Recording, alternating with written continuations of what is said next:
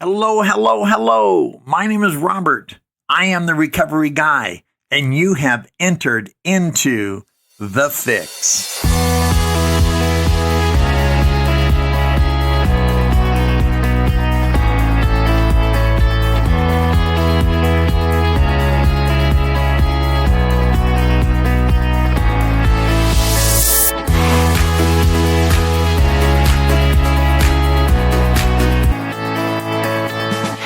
Hello, hello, hello. My name is Robert. I am the recovery guy, and I am excited today because I've got my good friend Drewe in studio with me. Actually, I'm in Florida and he's in California, so that's as close as in studio as we get.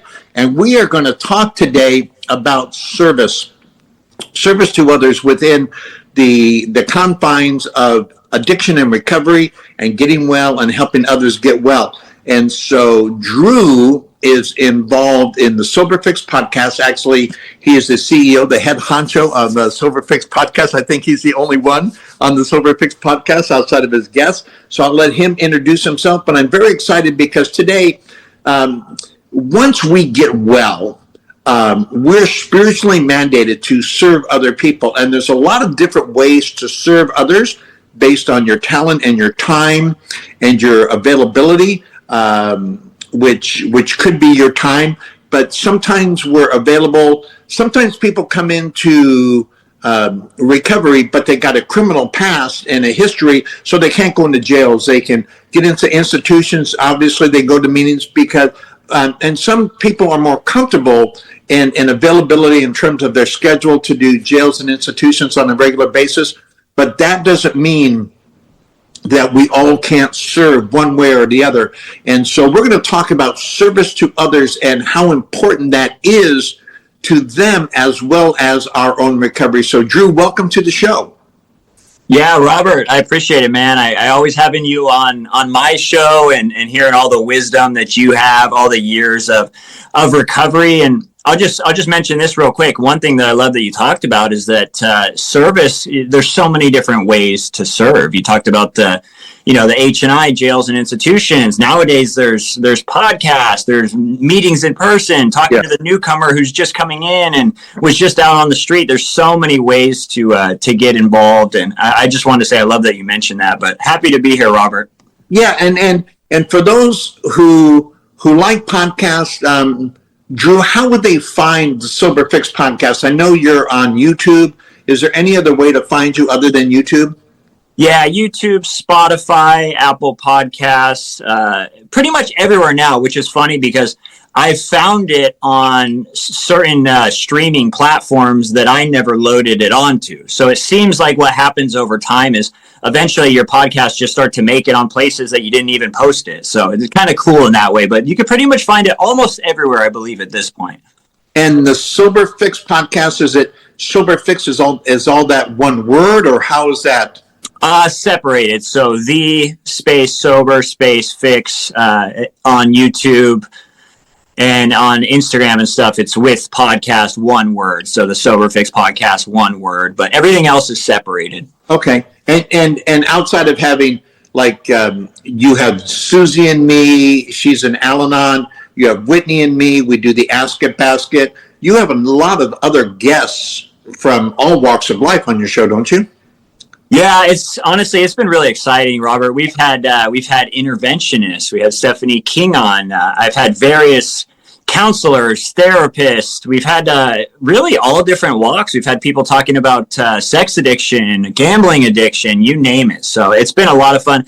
I think the most rewarding thing about it by far, because sometimes it could be a lot of work posting stuff, most rewarding thing is all the people that I've met. I have met different people, different walks of life, different experiences, different stories of hope from all different states. We even had, who you referred me to, Santi from India, talking we had him talking about recovery in India and what addiction was like in India and how running and all these different, running at 3 a.m. to clear his mind. And we've had various different guests, but by far that is my favorite part is just getting to meet all the different people from all over the U.S., really. Wow. Well, congratulations. And I hope I hope your outreach continues to grow because that fuels you in your personal recovery as you continue to serve others. Let's jump right into the deep end of the pool, if you don't mind today. On page 16 and 17 of the Big Book of Alcoholics Anonymous, and Drew and I, we're not representatives of AA, but this is how we stay sober. So indulge us for a moment. It says on the bottom of page Roman numeral 16, it says, this seemed to prove that one alcoholic could affect another as no non-alcoholic could. It also indicated that strenuous work, one alcoholic with another, was vital to permanent recovery. And Drew, I'll let you talk on this. Vital comes from the word vita, which is life. So it gives us a life, but it talks about permanent recovery. It's vital to permanent recovery.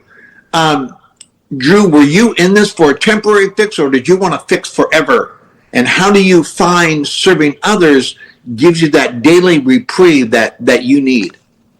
Oh, the serving others part was everything for me. And I learned this from my sponsor early on. So initially it started off, I just had to get out of my head in the beginning. I was so consumed with all of my wreckage and the things that I had done. And I was filled with shame, regret, remorse. I used to look at my past and it just made me feel like a terrible person. And I always turned to a drink. So my sponsor early on got me involved in service, and it started to change everything because for me, when I was out there drinking, everything was about me. Every single thing. It was about me trying to feel good all the time, me trying to numb out, me trying to chase the effects of drinking. And when I got in service, it was the complete opposite. It was like the contrary action that they talk about in the program of recovery. I was finally getting out of my own way, and I found what it felt like to work with someone else. And one thing he taught me early on, Robert, is he said, look, because I was under the impression that in order to be doing service, you had to have completed all your steps. You had to be like way beyond, right? And he told me, dude, you have 14 days sober today. That's a big deal. He says, you can go help the guy who's got 1 week, who's coming in here with 48 hours, 72 hours. And I realized at that point, I said, wow, I have something to offer here. Which I didn't think I did in the beginning. I thought you had to have years of sobriety, but he got me involved really quick. And I started to realize as he took me on different kind of 12-step calls and various things, going and doing service. Maybe he made me do a panel even though I wasn't comfortable with it. I found as I was walking out of there, I felt so much better. I just felt a little bit better about what was going on with my life. And I think what it was, I started to finally get a little bit of hope. So service was huge for me, Robert. It was huge. Straight from the beginning. It made me feel better than I had in a long time when I first came in and started to get involved. You know, I'm so glad you brought up early on in sobriety, because a lot of times we hear in the rooms, if you've got a year sober and have worked at 12 steps, raise your hand because you can help someone, is the implication. And although that may be true to a degree, we can help people more. But I'll tell you what, with the time that you have and the time that I have, sometimes newcomers, they can't see us. Yeah. You know, we had a dinner party last night, and we had a guy over, a friend of mine, who's got 63 days sober. He can be of more value, oftentimes greater than me, even though I've got significantly more time, and so do you. But that newcomer can see 63 days. Man, you know, you and I might be lying, but this guy's telling the truth, you know? Yeah. And so from the standpoint of relating, I'm so glad your sponsor taught you that, because, and you talked about hope, about how you're helping others. See, a lot of times, and I'm going to chase a rabbit trail here, a lot of times in recovery, we think it's about me. When I get better, when I feel better, when I can accomplish this, when I can accomplish that, then I'll feel good. If you want to feel better about you, go help somebody feel better about them. And the minute you find that you're helping someone, it increases, like you said, your hope, right? Did you find that to be true for you?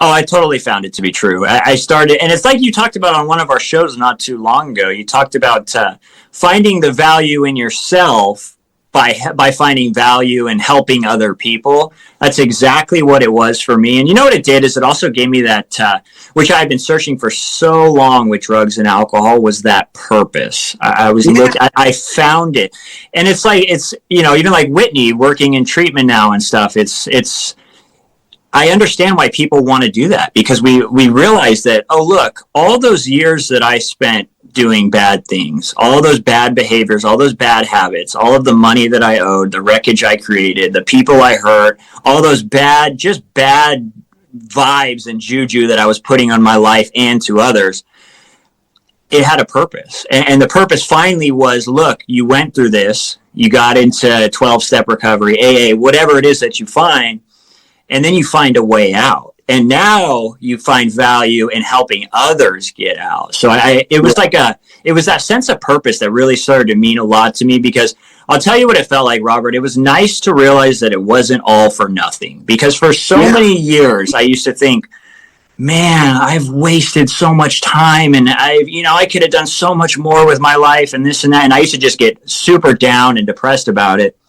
And then I realized that, okay, this was a whole process, and I went through this for a reason. I can't change it, but what I can do is start to try and help other people that are in that same place, that feel like they have no one else to turn to. And there's nothing like working with another alcoholic. And I feel like for me, it just made all the difference. The service brought me the purpose, and the purpose brought me a lot of the motivation, and it's just continued to this day, I think. And I like how and we're going to segue into that as far as what you and I do and others like us to stay recovered is service to others. But I have a young man who's 38 days sober now. We're starting to enter into the 4-step, and he's doing his 4-step, and pretty soon we're going to do step 5 together. Obviously, as my sponsor says, we can't do the 4-step for them, so they have to actually do their 4-step. But we were talking about that. So I've been doing a lot of listening in the 12 and 12, and Joe and Charlie get some instruction just to make sure that I'm not missing any detail concerning this 4th and 5th step. And one of the things in the 12 and 12, they refer to a person doing their 4th step as a newcomer at least 4 times. So oftentimes we put off the 4th step for months, for a year, where beyond where we stopped raising our hand as a newcomer. So in the 12 and 12, 12 steps and 12 traditions that Bill wrote, it refers to the person doing the 4th step as a newcomer. And one of the things they said was how even on step 4, you can begin helping someone.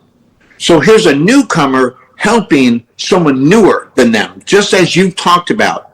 And I think that's so important.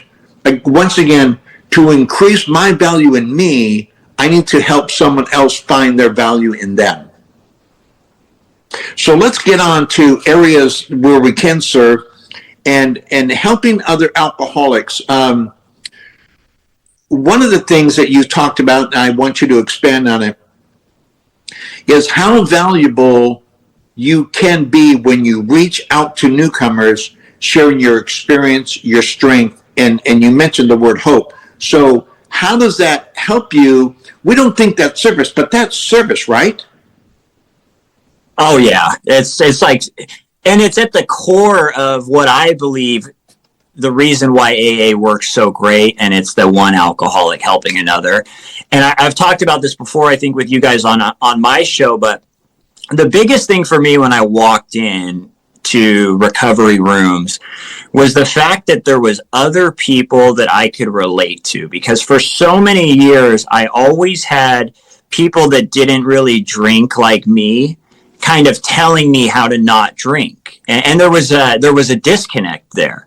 And all of a sudden, when I started getting involved working with newcomers and I was sober myself, it's that trust. It's like, I don't have to know what you've been through. I don't have to know your whole background, your religion, your family life. But if I know that you're an alcoholic, I know what it's like. We've felt the same way. We've lived through a lot of the same things.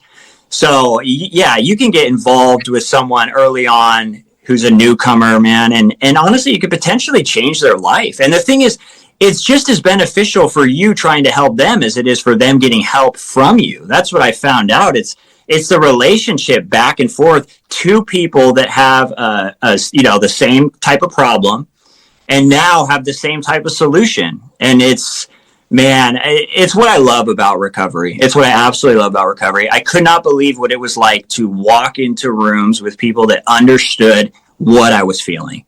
Because for so many years, I just couldn't find that. I talked to a lot of really great medical professionals that hadn't been through it themselves, and they were able to help me a lot. And they told me a lot about addiction and kind of, alcoholism and stuff like that. But it was nothing like getting involved with someone who has the same problem as me, and we're working together kind of on the same journey towards finding a solution,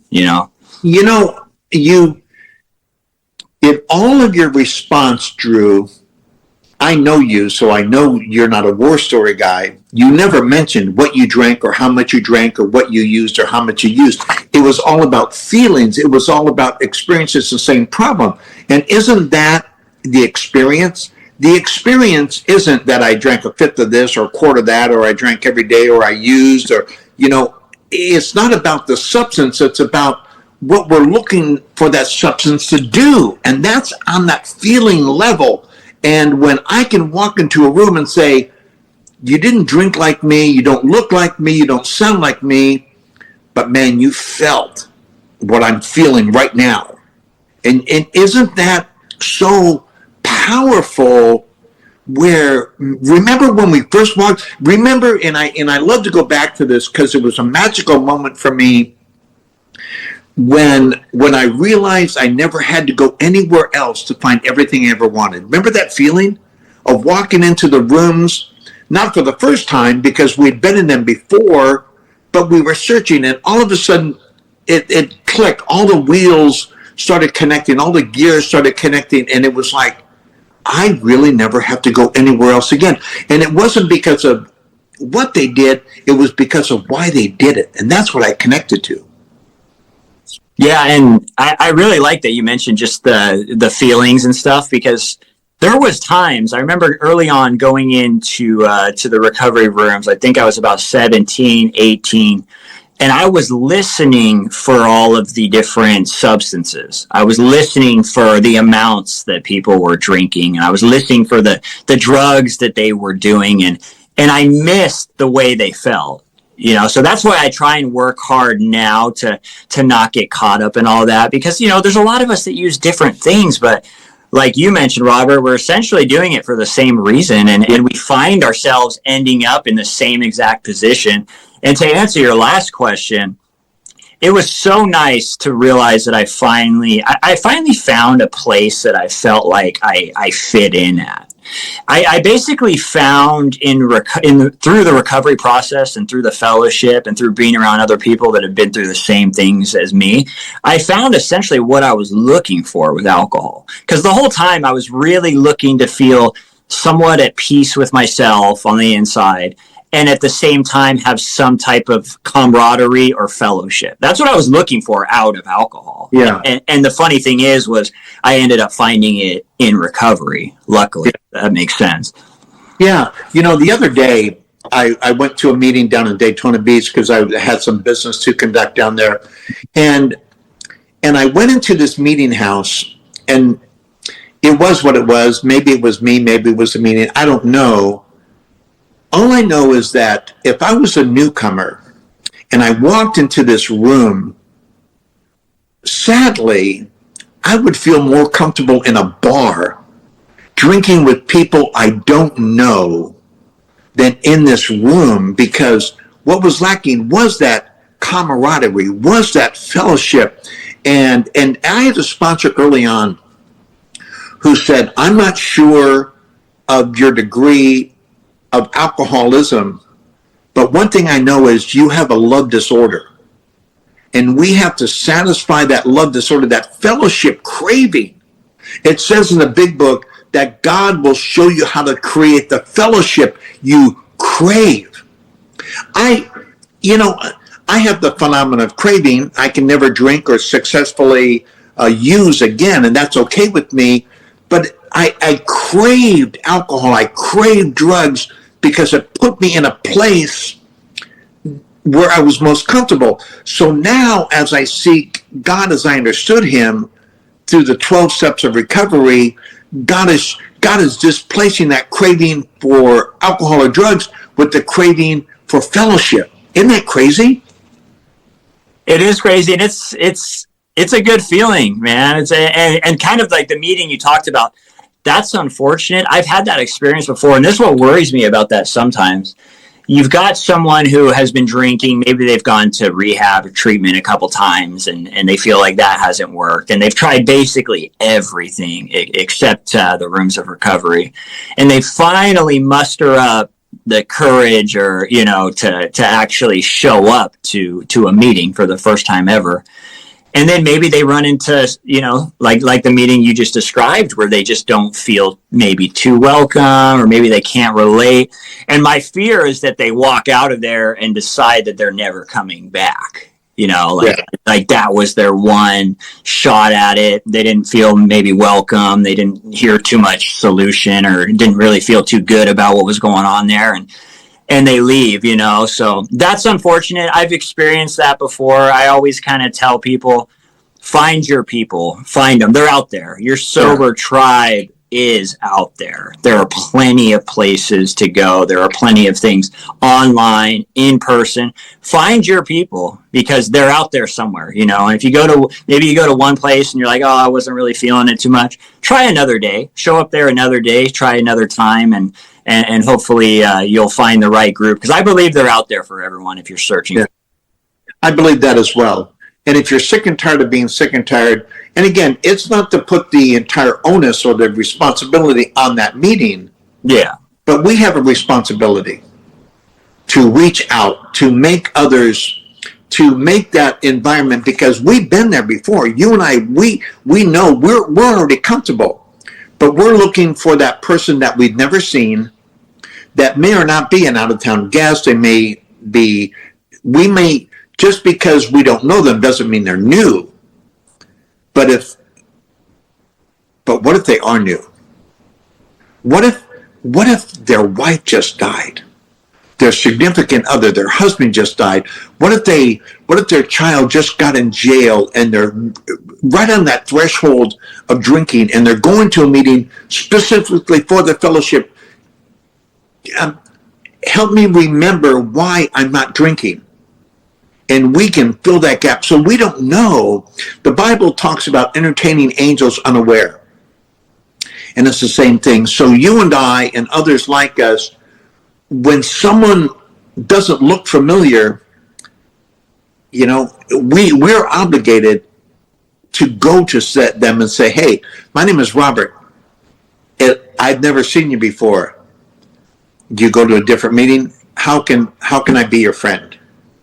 And they may say, I've been sober 20 years. I'm from, Nebraska. Great. Glad you're here. But they may say, I've been sober 2 days and I'm scared that I can't do this.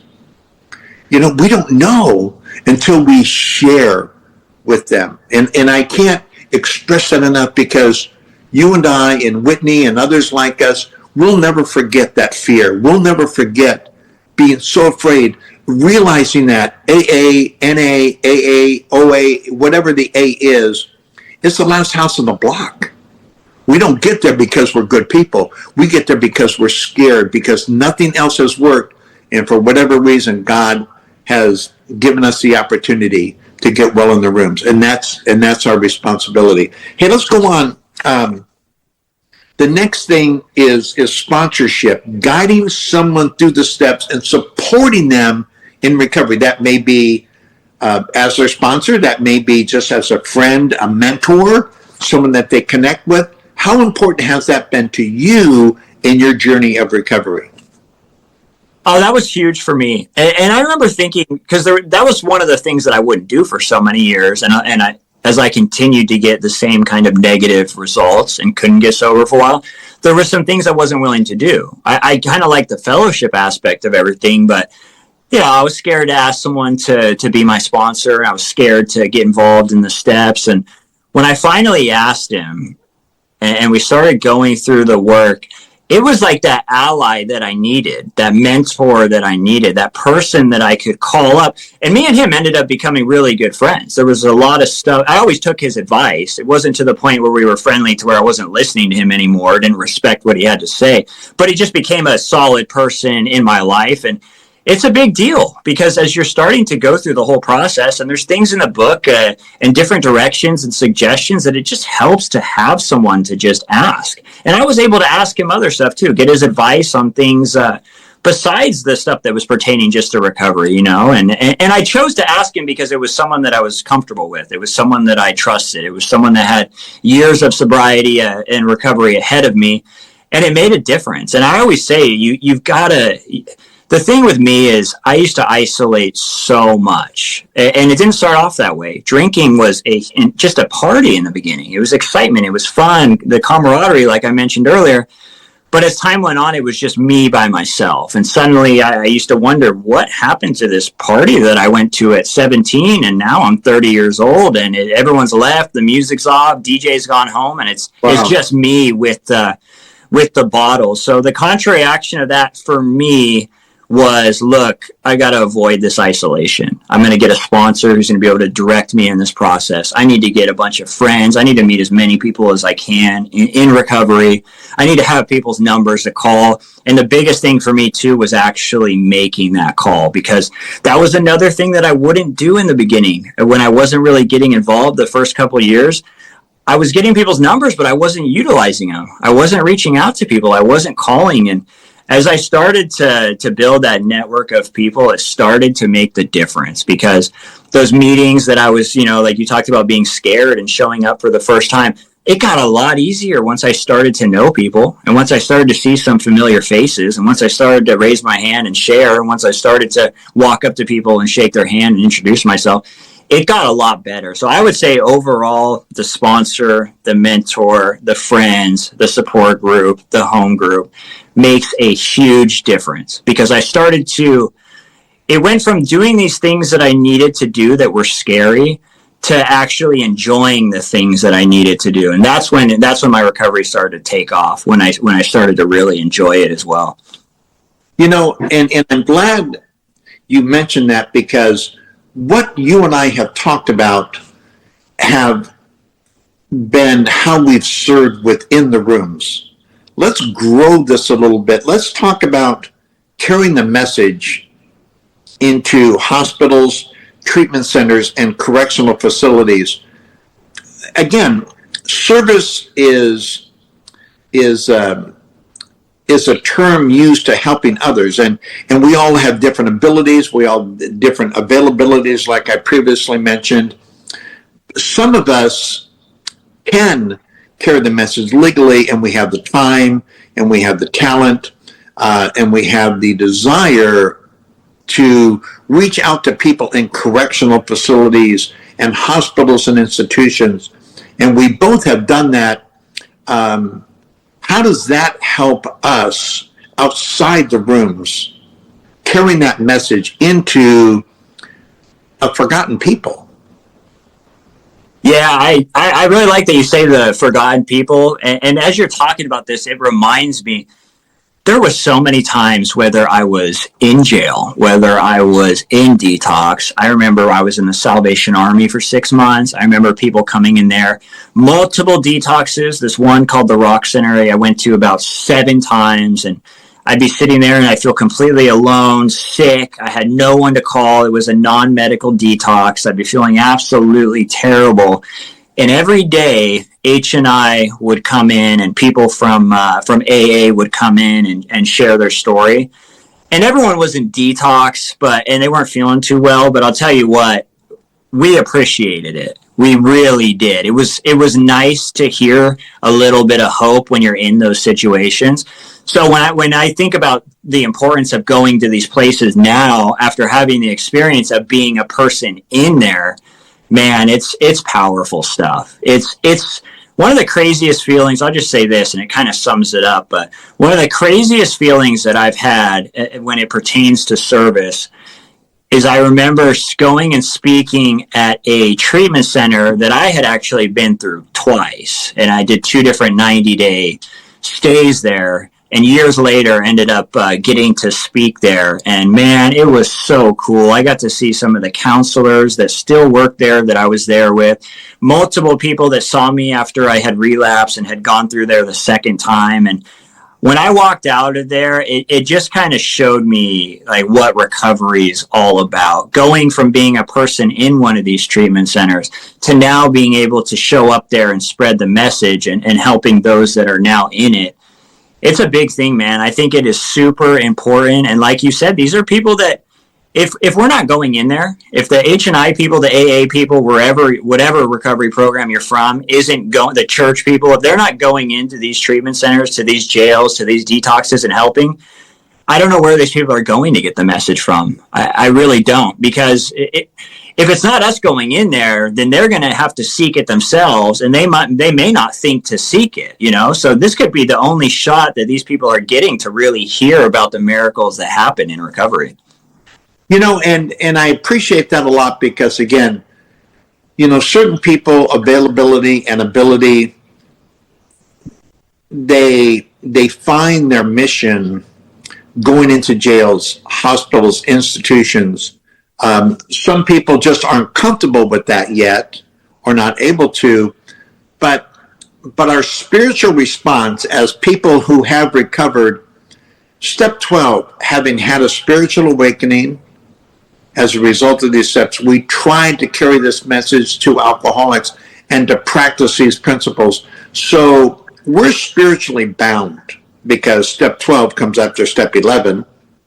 And it talks about in the big book of Alcoholics Anonymous how we're not cured of alcoholism. What we really have is a daily reprieve contingent on the maintenance, the ongoing upkeep of our spiritual condition.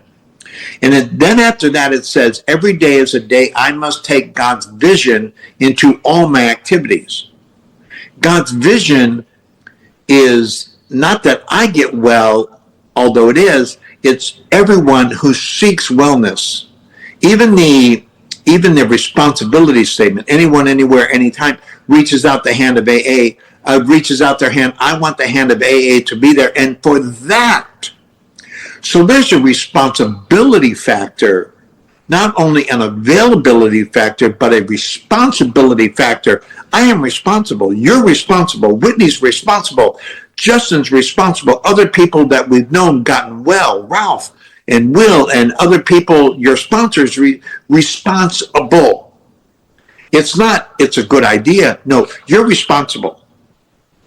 And if you don't think you're responsible, I probably can't help you. When did that degree of responsibility become so important to you that you decided to do a podcast, to outreach, to reach people that you may never meet, but they listen?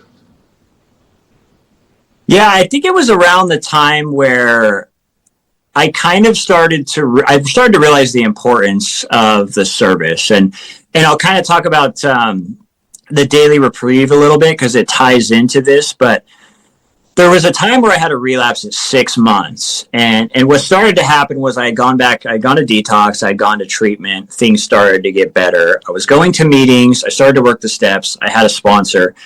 But there was a period in time where I started to feel a lot better and I started to get well, and it was almost like I treated it as if, oh, look, I'm better now.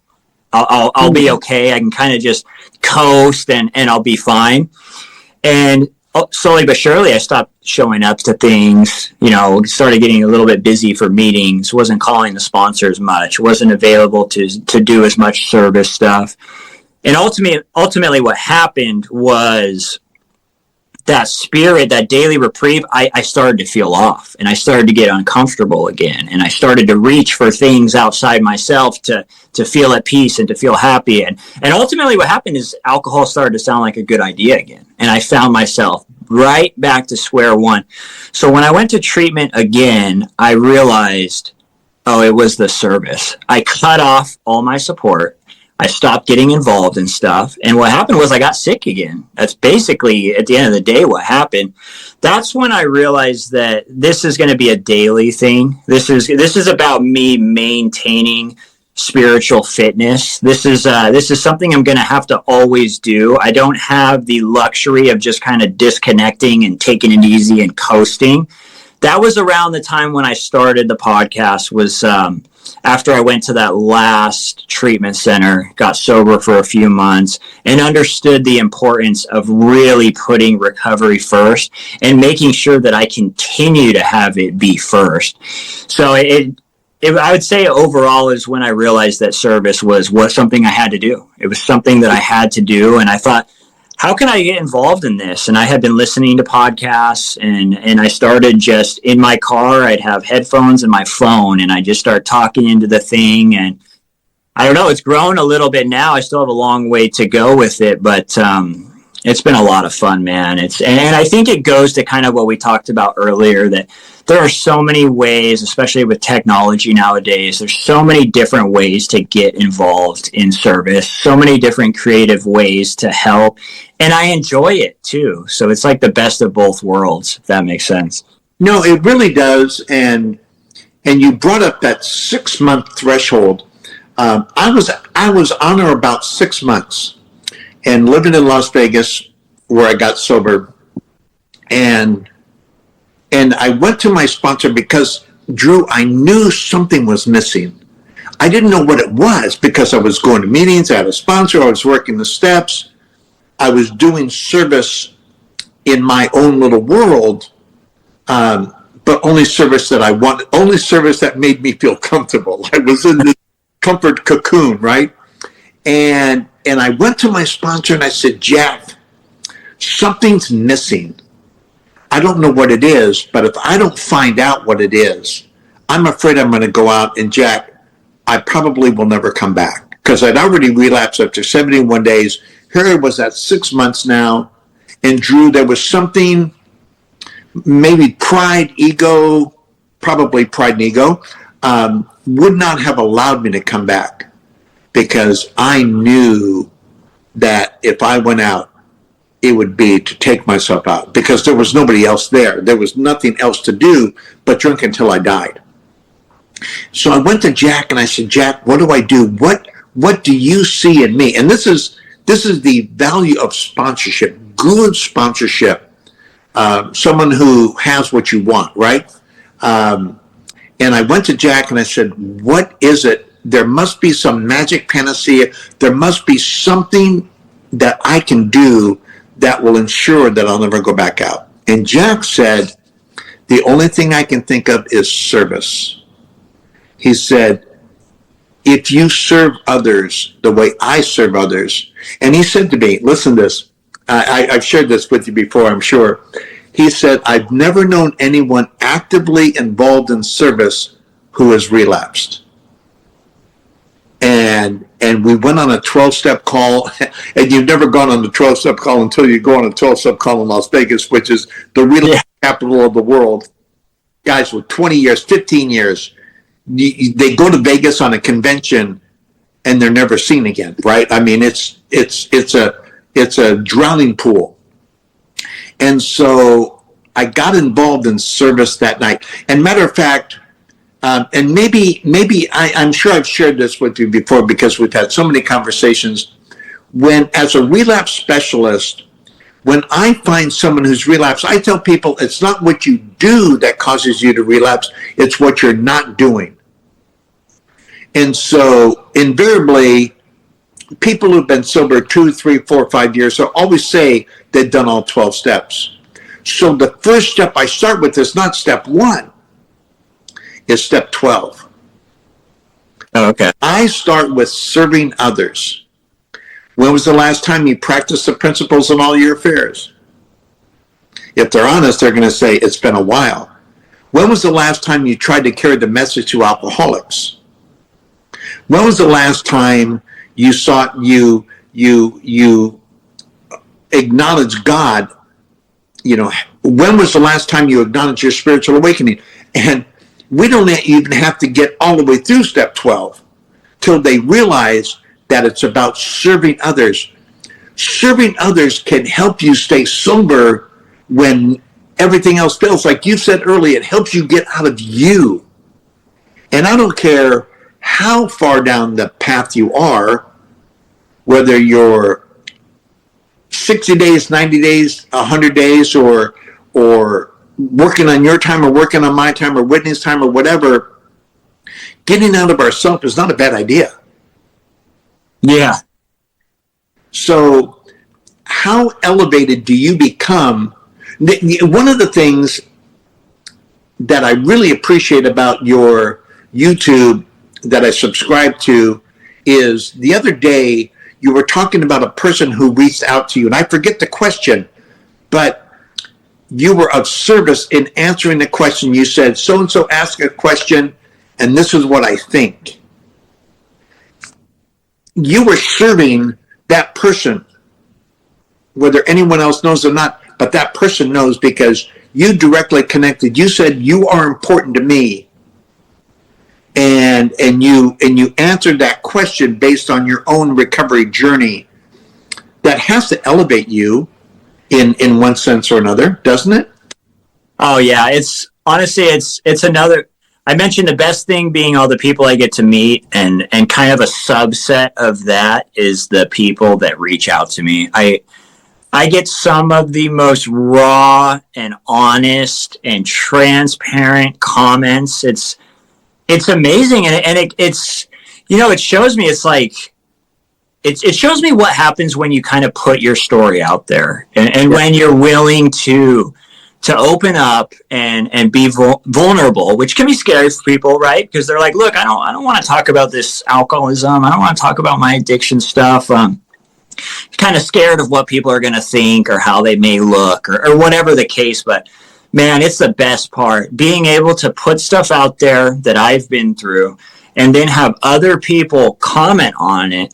And what I found, Robert, is a lot of these people that are commenting, like they're commenting on some of these videos because they don't know who else to ask. Yeah. A lot of times they're, and I see, maybe they haven't been to the rooms yet, but they yeah, they haven't been anywhere yet. And a lot of times I find that, because I've seen it in the comments. Hey, look, I've been doing meth for 2 years and my boss doesn't know about it, or my wife doesn't know about it, or my friends don't know about it. And I haven't seen anyone about this and I haven't tried to get help yet. What do you think about this? And man, it's so cool to be able to, number one, that they trust kind of putting that out there and just being able to comment on it from my point of view and say, look, I don't know exactly what you're going to do, but this is what I did, and just kind of put it out there. And if it helps them, great. If maybe they want to go another route, that's great. But I love it, man. It's some of the best parts about doing this podcast stuff or doing any type of social media stuff or just in general in real life and in an AA meeting at a home group, putting your stuff out there. It's amazing what happens when you're willing to talk about some of the stuff you've been through. And I'll add this real quick. And I think this is also equally amazing.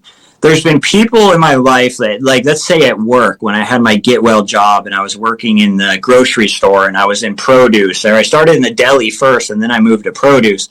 And I remember talking to people and they'd say, hey, what's been going on in your life? This and that. Cause I'd only worked there a couple months. And I'd kind of tell them, look, I'm in drug court. I'm sober now. I was drinking for this many years. I was doing this other stuff for this many years. It's amazing what happens when you kind of put that stuff out there. Yeah. Because I thought I was going to get judged for it. And a lot of people were actually, that weren't alcoholics or addicts or whatever, were starting to open up to me about stuff they've been through. Yeah. So it's cool stuff, man. Well, as we wrap this up, because we actually have another podcast to do, and I'm excited to have you on this show. One more time, Drew, how can people find you who are looking for another avenue to getting well? They can find me on YouTube, the Sober Fix Podcast. They can find me on Instagram, the Sober Fix Podcast, Apple, Spotify, all that good stuff. Just type in, you can even just type in the Sober Fix or the Sober Fix Podcast, and you'll find something pop up. So thank you, Robert. Well, I appreciate that very much, and thank you for being on the show today.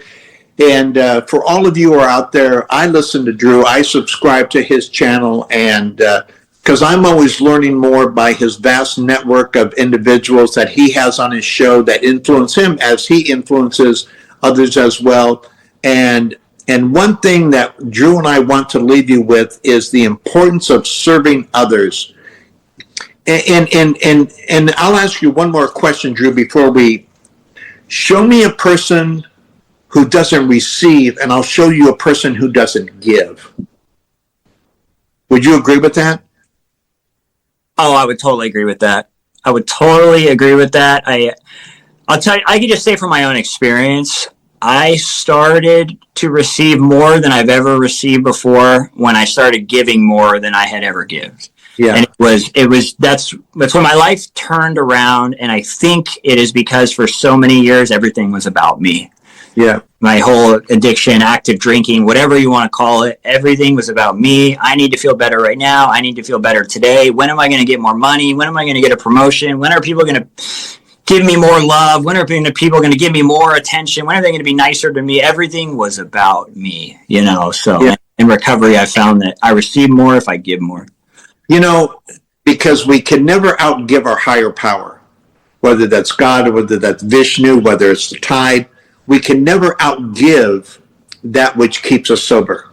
So if you're out there wondering what the missing ingredient is, maybe you're not happy, joyous, and free. Maybe you're looking for that missing link.